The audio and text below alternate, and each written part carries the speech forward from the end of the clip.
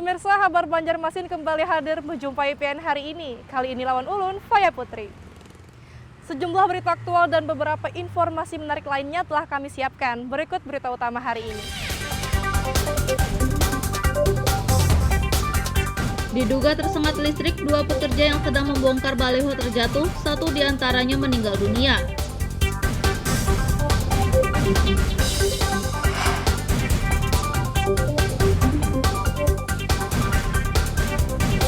Ribuan napi di kelas 2A Banjarmasin disuntik vaksin COVID-19.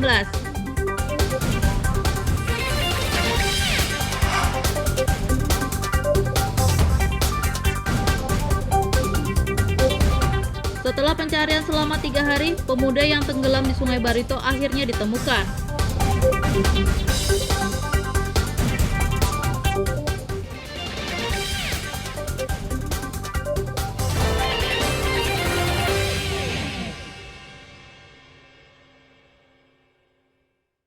Tolonglah untuk unit atau inilah ada kecelakaan. Diduga tersengat listrik saat membongkar baliho di kawasan MT Haryono Banjarmasin Tengah, 2 pekerja terjatuh pada Rabu siang.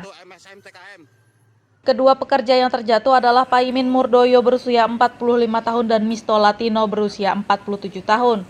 Kedua pekerja asal kota Banjarbaru itu terjatuh dari baliho di kawasan MT Haryono Banjarmasin Tengah pada Rabu siang sekitar pukul 12.30 WITA. Keduanya diduga terjatuh dari baliho setinggi 2,5 meter akibat tersengat aliran listrik saat membongkar baliho. Salah satu warga, Hendra, mengatakan kedua pekerja tersebut tergeletak kaku di atas trotoar saat ia melintas di sekitar lokasi kejadian. Mungkin tadi bisa dijelaskan kejadian yang laka kerja seperti apa, Bang? Iya, tadi kan saya kebetulan lewat melihat ada orang yang jatuh, tertungkup 2 orang. Tapi saya tidak tahu pasti itu kejadiannya. Yang jelas tadi langsung dibawa ke rumah sakit gitu aja, Bang. Oh, berarti saat kejadian Abang tadi sudah lihat 2 orang tep? Iya, 2 orang, Bang. Tapi nggak tahu pasti kejadiannya langsung dibawa. Masang baleho betul, Bang? Kurang tahu saya, Bang. Tapi di saat kejadian terkaprnya tidak jauh dari baleho ya, Bang? Iya, kebetulan di bawahnya itu, Bang.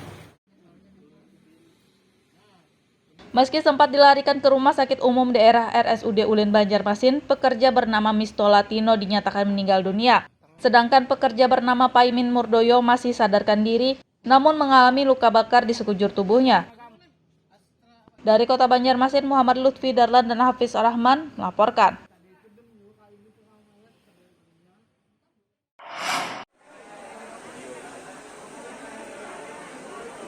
Pemerintah Kota Banjarmasin melalui Dinas Kesehatan menyelenggarakan vaksinasi COVID-19 massal di Lapas Kelas 2A Teluk Dalam Banjarmasin pada Rabu pagi. Vaksinasi COVID-19 tahap kedua ini diikuti hampir seluruh warga binaan Lapas Kelas 2A Teluk Dalam Banjarmasin. Dari 2.175 warga binaan yang ada di lapas ini, 2.048 diantaranya bisa disuntik vaksin COVID-19, sementara 127 lainnya tak bisa mendapat suntikan vaksin lantaran sedang sakit dan tidak memenuhi syarat. Kepala Lapas Kelas 2A Banjarmasin Porman Siregar mengatakan, vaksinasi COVID-19 massal tahap kedua untuk napi digelar selama 3 hari berturut-turut, yakni sejak Rabu hingga Jumat mendatang. Alhamdulillah vaksin kedua sesuai dengan arahan dari Kadis harus 1 bulan. Begitu sampai 1 bulan, saya langsung proaktif menyurati Kepala Dinas Kesehatan Kota Banjarmasin. Dan pada saat itu, Kadis menyampaikan dengan saya bahwa itu vaksin belum ada di Lapas Banjarmasin. Akhirnya hari Senin kemarin, begitu datang vaksin ke Kota Banjarmasin, langsung Kepala Dinas Kesehatan memberikan jawaban kepada saya hari Rabu hari ini kita akan vaksin seluruh warga binaan selama 3 hari berturut-turut. Totalnya ada berapa? Gimana? Ya Alhamdulillah, kalau di vaksin pertama mereka masih ragu. Kalau di vaksin kedua ini mereka berlomba-lomba. Boleh nanti Bapak Ibu lihat bagaimana antusias mereka untuk vaksin ini, berduyun-duyun datang ke sini. Seperti itu. Wali Kota Banjarmasin Ibnu Sina berharap vaksinasi COVID-19 tahap kedua ini bisa mempercepat penguatan antibodi bagi warga binaan Lapas Kelas 2A Banjarmasin. Kita melaksanakan vaksinasi kedua untuk warga binaan di Lapas kelas 2A Banjarmasin sejumlah 2.048 orang. Dan mudah-mudahan warga binaan juga dalam keadaan sehat. Setelah vaksin pertama kemarin terbentuk antibodi dan menurut laporan Kalapas alhamdulillah tidak ada yang terpapar COVID-19 dan sudah memasuki vaksinasi kedua. Mudah-mudahan betul-betul antibodi bisa terbentuk. Kalaupun masih di dalam sini, mudah-mudahan tetap sehat. Kalaupun sudah harus keluar, itu menemui keluarga dalam keadaan sehat yang sudah divaksin. Di sisi lain, Kepala Kantor Wilayah Kemenkumham Kalsel Tejo Harwanto mengapresiasi pemerintah Kota Banjarmasin yang telah menyelenggarakan vaksinasi COVID-19 massal bagi warga binaan. Ada baik khususnya bagi Kota Banjarmasin memberikan pemenuhan kebutuhan dalam peningkatan derajat kesehatan warga binaan pemasyarakatan. Jadi warga binaan pemasyarakatan di Lapas kelas 2 Banjarmasin telah divaksinasi yang kedua sebanyak 2.058 orang. Nah, sedangkan di tempat-tempat lain belum tentu untuk melakukan vaksin yang kedua ini. Terus tidak lupa tadi juga telah diresmikan klinik Pratama. Klinik Pratama itu merupakan bagian salah satu wadah dalam peningkatan derajat kesehatan dan didukung oleh pemerintah Kota Banjarmasin. Jadi sekali lagi saya mengucapkan banyak terima kasih penghargaan yang setinggi-tingginya kepada pemerintah Kota Banjarmasin yang telah membantu dalam pemenuhan kebutuhan dalam meningkatkan derajat kesehatan warga binaan masyarakat.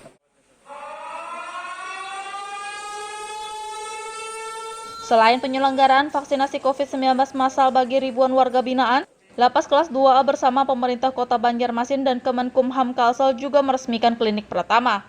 Klinik tersebut akan difungsikan untuk pelayanan kesehatan bagi warga binaan yang sakit dan terpapar COVID-19.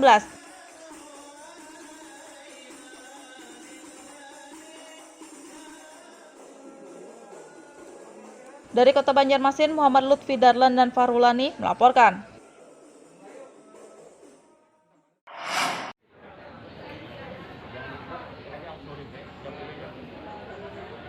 Vaksinasi COVID-19 tahap ketiga atau booster untuk tenaga kesehatan nakes di Kota Banjarmasin masih terus digelar.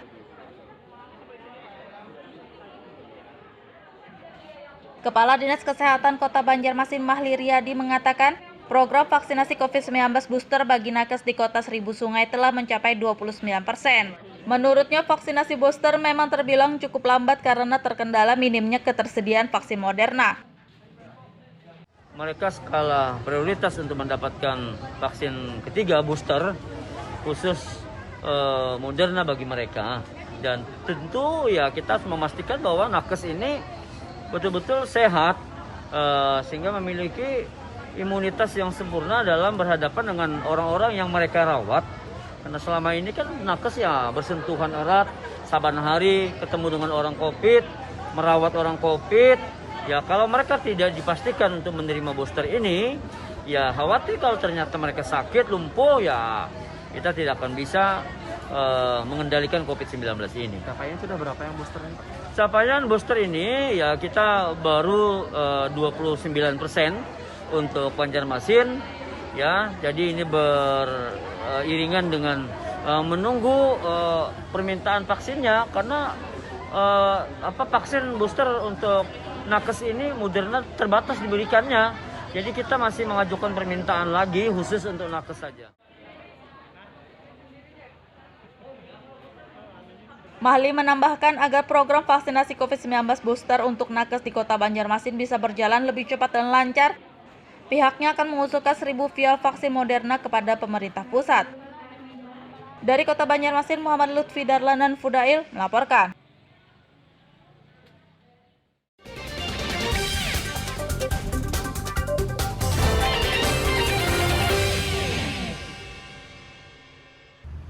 Pemirsa, masih bersama kami dalam Habar Banjarmasin. Gesan pian yang hanyar bergabung, berikut Habar Banjarmasin utama hari ini. Diduga tersengat listrik, 2 pekerja yang sedang membongkar baleho terjatuh, 1 diantaranya meninggal dunia.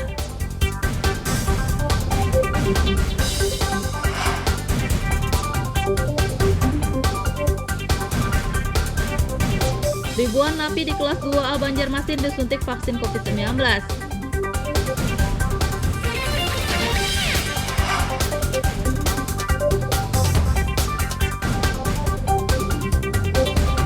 Setelah pencarian selama 3 hari, pemuda yang tenggelam di Sungai Barito akhirnya ditemukan.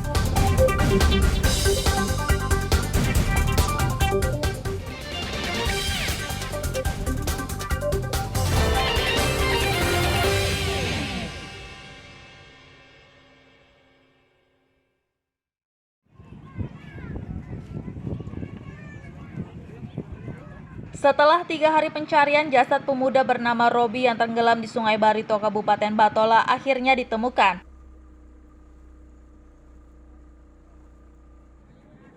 Pemuda berusia 23 tahun yang bekerja sebagai tenaga honorer di Rumah Sakit Abdul Aziz Marabahan itu tenggelam di Sungai Barito pada Senin 30 Agustus lalu. Saat itu korban menumpang kapal feri yang berangkat dari dermaga Desa Sungai Gampa, Kecamatan Ratau Badauh menuju Desa Pedalaman Baru, Kecamatan Barambai. Namun saat kapal feri melaju di tengah Sungai Barito, korban terjatuh dan tenggelam. Setelah pencarian selama 3 hari, tim gabungan Satpol Air Polres Batola bersama Basarnas dan relawan akhirnya menemukan korban pada Rabu siang sekitar pukul 12.30 WITA. Jasad korban ditemukan di Sungai Barito, kawasan Teluk Mandan yang berjarak sekitar 3 km dari lokasi korban terjatuh. Untuk korban atas nama saudara Robi, dari Robi, memang benar sudah ditemukan tadi oleh tim gabungan dari Basarnas, ada dari kepolisian, kemudian ada dari relawan. Memang sudah benar ditemukan sekira pukul 12.44 WITA. Ini berapa kilometer dari titik nol ditemukan tadi? Ya, kurang lebih sekitar 2-3 km dari tempat terjadinya korban jatuh. Setelah dievakuasi, jenazah korban langsung diserahkan kepada pihak keluarganya di Kota Marabahan, Kabupaten Batola. Dari Kabupaten Batola, Muhammad Lutfi Darlan dan Ibrahim melaporkan.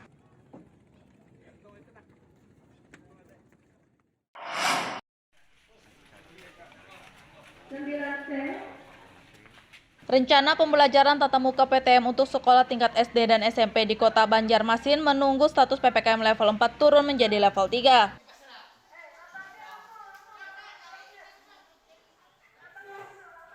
Wali Kota Banjarmasin Ibnu Sina mengatakan, berdasarkan aturan pemerintah pusat, daerah yang boleh menggelar PTM adalah daerah yang berstatus PPKM level 3. Menurutnya, jika status PPKM level 4 yang diterapkan di Banjarmasin turun ke level 3 pada 6 September mendatang, maka kota berjuluk 1000 sungai ini boleh menyelenggarakan PTM tingkat SD dan SMP. Jangan sampai nanti bertabrakan dengan kebijakan pusat, dan mudah-mudahan di tanggal 6 nanti bisa diumumkan status level 3. Nah, kalau memang sudah di level 3, kita akan pertimbangkan untuk melaksanakan PTM, pembelajaran tatap muka di sekolah-sekolah, khususnya SD dan SMP. Berarti syaratnya level 3 baru akan dipenuhi ya. Untuk PAUD belum ya? Belum. Cukup. Ibnu Sina menambahkan, daerah yang PPKM-nya berstatus level 3 hanya boleh menggelar PTM untuk sekolah tingkat SD dan SMP saja, tidak untuk sekolah tingkat TK dan PAUD. Dari Kota Banjarmasin, Muhammad Lutfi Darlan dan Fudail melaporkan.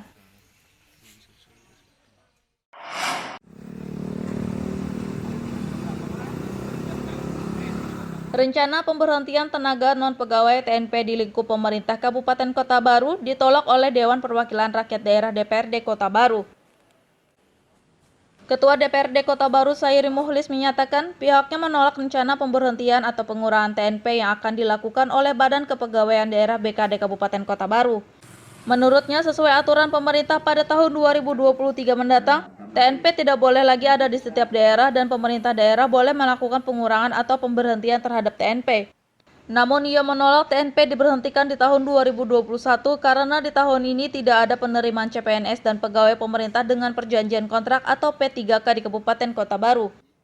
Selain itu, alasannya menolak pemberhentian TNP juga berdasarkan rasa kemanusiaan. Karena di masa pandemi COVID-19 ini perekonomian sedang sulit dan banyak sektor yang terdampak sehingga TNP yang diberhentikan bakal kesulitan mencari pekerjaan. Kita di PR tentu pertama dari sisi aturan kita menolak terkait ini dengan alasan tidak dibarengi pengangkatan P3K dan CPNS tadi. Otomatis kalau dikurangi ini akan menghambat nanti dan juga mengganggu kinerja pemerintah di daerah SKPD terkait. Alasan yang kedua itu adalah alasan kemanusiaan, di mana di situasi pandemi COVID seperti ini orang terutama kondisi ekonomi kita kan juga saat ini lagi menurun sekali, lemah daya beli masyarakat dan sebagainya. Mencari pekerjaan di luar juga pasti agak susah, apalagi dengan waktu yang seperti dadakan seperti ini, tidak ada persiapan lah bagi mereka. Selain salah satu TNP Muhammad Hadilah berharap pemerintah Kabupaten Kota Baru menunda pemberhentian TNP dan mencarikan solusi agar ia tetap bisa bekerja. Terima kasih banyak kepada di evaluasi ini. Kalau bujur-bujur itu memang dasar kada layak itu tuh nah. Harapannya ke depan ya lebih menunjang lah kayak gitu nah. Untuk karyawan honor di Kota Baru, untuk seluruh karyawan honor di Kota Baru yang sudah mengabdi itu puluhan tahun gitu. Kasihan anak istri itu nah. Ibaratnya tuh ya diberikan kebijakan atau diberi santunan lah. Jumlah TNP di lingkup pemerintah Kabupaten Kota Baru saat ini mencapai 1.145 orang, ditambah pegawai tidak tetap sekitar 200 orang dan guru honorer 1.600 orang. Dari Kabupaten Kota Baru, Muhammad Lutfi Darlan dan Fauzi Rahman melaporkan.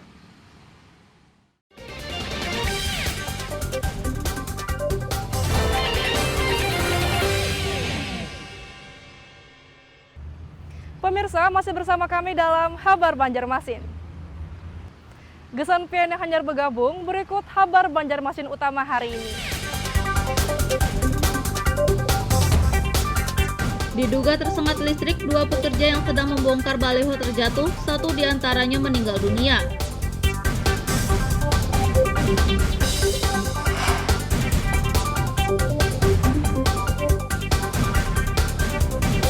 Ribuan napi di kelas 2A Banjarmasin disuntik vaksin COVID-19.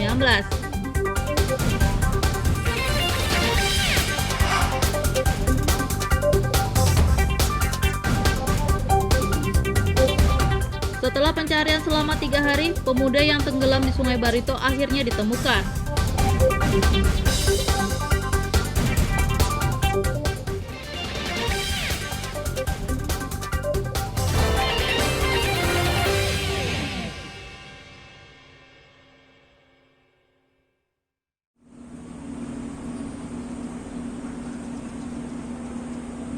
Pemerintah Provinsi Kalimantan Selatan mendapat bantuan 80 ton oksigen dari Kementerian Kesehatan Kemenkes.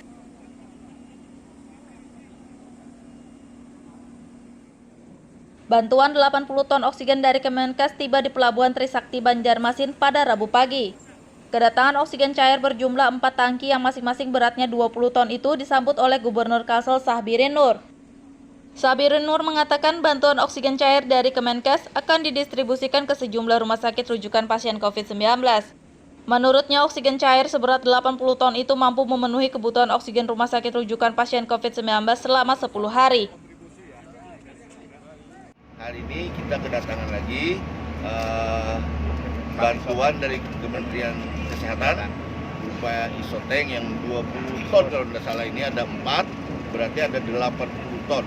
Dan saya dapat laporan ini kita bertahan 6-10 hari ya. Nah, mudah-mudahan. Tapi saya minta juga sebelum 10 hari itu tiba, barang kita habis, itu udah persiapan lagi. Ya.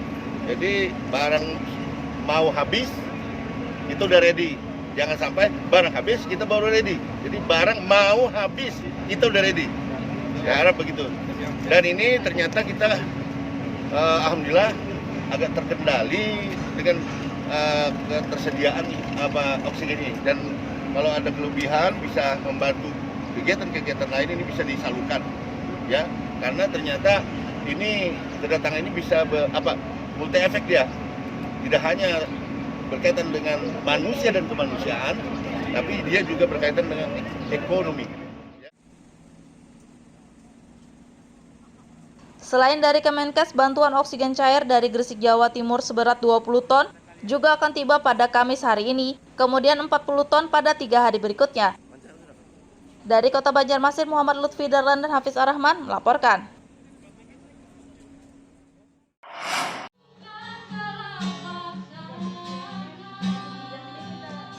Sanggar Kegiatan Belajar SKB Kota Banjarbaru menggelar pelatihan pendampingan Taman Bacaan Masyarakat TBM yang diikuti belasan SKB se-Kalimantan Selatan. Dengan pendampingan dari Direktorat Pendidikan Masyarakat dan Pendidikan Khusus, Forum TBM Banjarbaru dibentuk guna meningkatkan literasi menjadi generasi yang berwawasan luas. Kegiatan tersebut sebagai komitmen memajukan literasi untuk kesejahteraan masyarakat dan membangun jejaring serta menciptakan kolaborasi. Kepala Dinas Pendidikan Kota Banjarbaru Muhammad Aswan mengatakan, saat ini ada beberapa kendala yang masih menjadi tugas bersama karena secara global literasi di Indonesia dinilai masih rendah. Ya, jadi kami mengapresiasi kegiatan workshop TBM ini karena ada beberapa persoalan di negeri kita ini kemampuan literasi. Kita ketahui ada beberapa literasi, misalnya literasi baca tulis, literasi numerasi, literasi budaya, digital, finansial. Nah, semuanya ini harus dikuasai oleh kita. Nah, lalu dalam pelaksanaan literasi baca tulis ini pun kita lebih rendah dibandingkan beberapa negara-negara lain di Asia. Kita banding dengan Singapura, Malaysia, Thailand, atau Brunei, kita paling rendah memang. Nah, jadi kita berharap dengan workshop ini didiskusikan bagaimana kita meningkatkan minat baca atau kemampuan baca dari masyarakat kita di Kota Banjarbaru ini. Kita berharap Banjarbaru akan lebih baik lagi ke depan.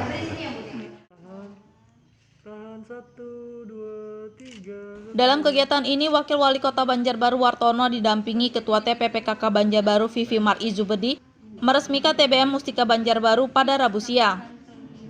Wartono berharap TBM Mustika mampu menciptakan masyarakat cerdas, kreatif, dan inovatif serta bisa bekerja sama dengan pihak lain untuk menambah koleksi buku di perpustakaan tersebut. Ini kemarin kalau nggak salah 20 ya. 20. Tambah 1 jadi 21. Mudah-mudahan dengan diresmikannya ini TBM Mustika minimal ini masyarakat sekitar itu bisa memanfaatkan untuk melihat, membaca, mencari buku supaya ada tambahan ilmu dan lain-lain. Jadi tidak terlalu jauh masyarakat itu untuk PKB ini bisa memanfaatkan. Keberadaan TBM Mustika dinilai bisa menjadi sumber edukasi untuk meningkatkan literasi masyarakat Kota Banjarbaru dan menjembatani rencana pembangunan Smart City di kota berjuluk idaman ini. Dari Kota Banjarbaru, Muhammad Lutfi Darlan melaporkan.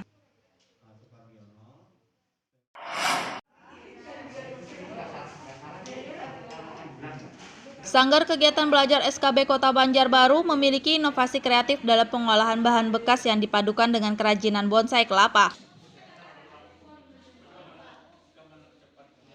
Inovasi kerajinan bonsai kelapa unik yang dihiasi lukisan itu menarik perhatian Ketua Tim Penggerak PKK Kota Banjarbaru Vivi Marizubedi saat peresmian Taman Bacaan Masyarakat TBM Mustika pada Rabu siang. Menurut istri Wali Kota Banjarbaru ini, inovasi kerajinan bonsai kelapa memiliki nilai ekonomis yang tinggi dan dapat menguatkan perekonomian para pengrajinnya. Pihaknya memberi dukungan dan bimbingan kepada TBM Mustika untuk mengolah serta memasarkan kerajinan tersebut agar bisa dikenal luas oleh masyarakat di Indonesia bahkan mancanegara.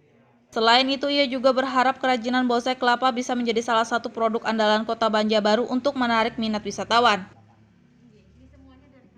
Ya, saya pikir ini masih sangat bisa dikembangkan terkait kerajinan yang dilakukan oleh masyarakat. Teman-teman kendalanya sepertinya belum terinformasikan dengan merata gitu ya. Jadi banyak orang-orang yang masih kurang informasi terkait si kerajinan ini. Tetapi kalau dari mata saya, dari kacamata saya, dilihat banyak sekali yang bisa dilakukan dengan kerajinan ini. Salah satunya mengembangkan teknik lukisnya gitu. Karena ini tanaman tapi lebih berseni. tanaman biasa tanaman, tapi ini ada nilai seninya yang lebih besar. Bilang nggak, we can say 70 tadi ya, 70%, 30%, 70% yang seni karya seninya, 30%-nya tanamannya. Jadi kalau menurut saya sih banyak sekali yang bisa kita kembangkan. Hanya saja mungkin harus melakukan beberapa langkah-langkah seperti salah satunya workshop. Kerajinan bonsai kelapa ini dihargai sekitar 200 hingga 400 ribu rupiah, tergantung tingkat kesulitan pembuatan dan usia bonsai kelapanya.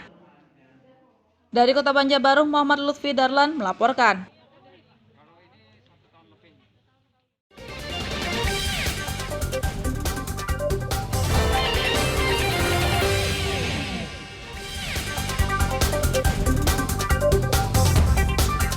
Diduga tersengat listrik, 2 pekerja yang sedang membongkar baleho terjatuh, 1 diantaranya meninggal dunia.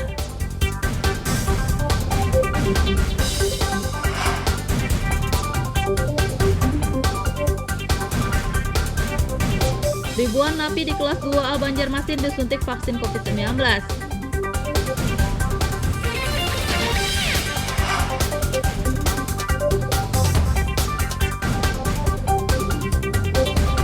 Setelah pencarian selama 3 hari, pemuda yang tenggelam di Sungai Barito akhirnya ditemukan.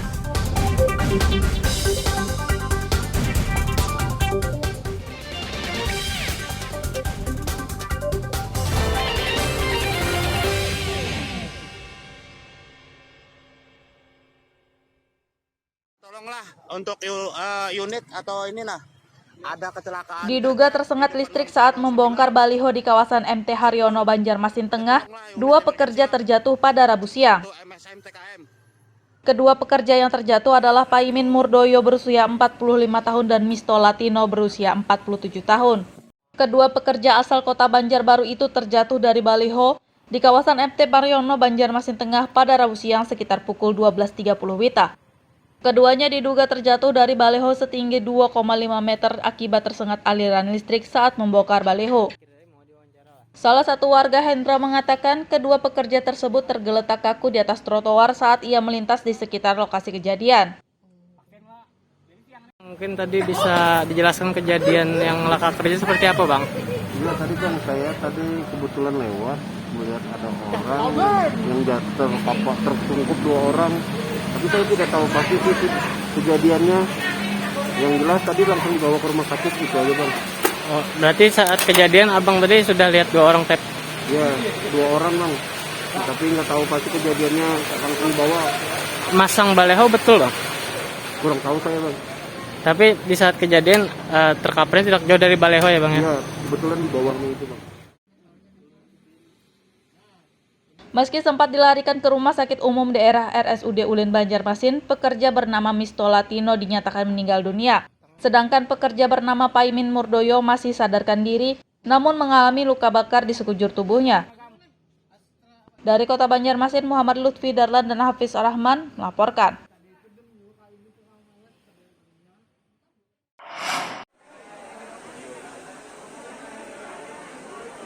Pemerintah Kota Banjarmasin melalui Dinas Kesehatan menyelenggarakan vaksinasi COVID-19 massal di Lapas Kelas 2A Teluk Dalam Banjarmasin pada Rabu pagi. Vaksinasi COVID-19 tahap kedua ini diikuti hampir seluruh warga binaan Lapas Kelas 2A Teluk Dalam Banjarmasin. Dari 2.175 warga binaan yang ada di lapas ini, 2.048 diantaranya bisa disuntik vaksin COVID-19, sementara 127 lainnya tak bisa mendapat suntikan vaksin lantaran sedang sakit dan tidak memenuhi syarat. Kepala Lapas Kelas 2A Banjarmasin Porman Siregar mengatakan, vaksinasi COVID-19 massal tahap kedua untuk napi digelar selama 3 hari berturut-turut, yakni sejak Rabu hingga Jumat mendatang. Alhamdulillah vaksin kedua sesuai dengan arahan dari Kadis harus 1 bulan. Begitu sampai 1 bulan, saya langsung proaktif menyurati Kepala Dinas Kesehatan Kota Banjarmasin. Dan pada saat itu, Kadis menyampaikan dengan saya bahwa itu vaksin belum ada di Lapas Banjarmasin. Akhirnya hari Senin kemarin, begitu datang vaksin ke Kota Banjarmasin, langsung Kepala Dinas Kesehatan memberikan jawaban kepada saya hari Rabu hari ini kita akan vaksin seluruh warga binaan selama 3 hari berturut-turut. Totalnya ada berapa? Gimana? Ya alhamdulillah. Kalau di vaksin pertama mereka masih ragu. Kalau di vaksin kedua ini mereka berlomba-lomba. Boleh nanti Bapak Ibu lihat bagaimana antusias mereka untuk vaksin ini, berduyun-duyun datang ke sini. Begitu. Wali Kota Banjarmasin Ibnu Sina berharap vaksinasi COVID-19 tahap kedua ini bisa mempercepat penguatan antibodi bagi warga binaan Lapas Kelas 2A Banjarmasin. Kita melaksanakan vaksinasi kedua untuk warga binaan di Lapas Kelas 2A Banjarmasin sejumlah 2.048 orang. Dan mudah-mudahan warga binaan juga dalam keadaan sehat. Setelah vaksin pertama kemarin terbentuk antibodi dan menurut laporan Kalapas alhamdulillah tidak ada yang terpapar COVID-19 dan sudah memasuki vaksinasi kedua. Mudah-mudahan betul-betul antibodi bisa terbentuk. Kalaupun masih di dalam sini, mudah-mudahan tetap sehat. Kalaupun sudah harus keluar, itu menemui keluarga dalam keadaan sehat. Ya, sudah divaksin. Di sisi lain, Kepala Kantor Wilayah Kemenkumham Kalsel Tejo Harwanto mengapresiasi pemerintah Kota Banjarmasin yang telah menyelenggarakan vaksinasi COVID-19 massal bagi warga binaan. Baik khususnya Wali Kota Banjarmasin memberikan pemenuhan kebutuhan dalam peningkatan derajat kesehatan warga binaan pemasyarakatan. Jadi warga binaan pemasyarakatan di Lapas Kelas 2 Banjarmasin telah divaksinasi yang kedua sebanyak 2.058 orang. Nah, sedangkan di tempat-tempat lain belum tentu untuk melakukan vaksin yang kedua ini. Terus tidak lupa tadi juga telah diresmikan klinik Pratama. Klinik Pratama itu merupakan bagian salah satu wadah dalam peningkatan derajat kesehatan dan didukung oleh pemerintah Kota Banjarmasin. Jadi sekali lagi saya mengucapkan banyak terima kasih penghargaan yang setinggi-tingginya kepada pemerintah Kota Banjarmasin yang telah membantu dalam pemenuhan kebutuhan dalam meningkatan derajat kesehatan warga binaan masyarakat.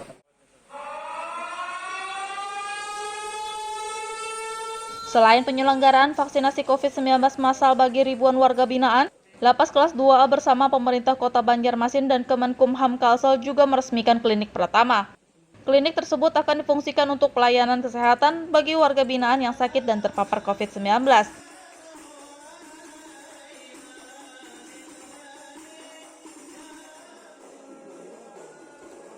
Dari Kota Banjarmasin, Muhammad Lutfi Darlan dan Farulani melaporkan.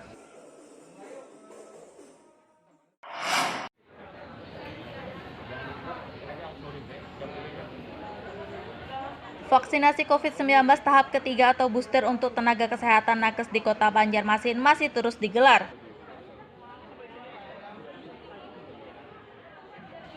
Kepala Dinas Kesehatan Kota Banjarmasin Mahli Riyadi mengatakan, program vaksinasi COVID-19 booster bagi nakes di Kota Seribu Sungai telah mencapai 29%. Menurutnya, vaksinasi booster memang terbilang cukup lambat karena terkendala minimnya ketersediaan vaksin Moderna.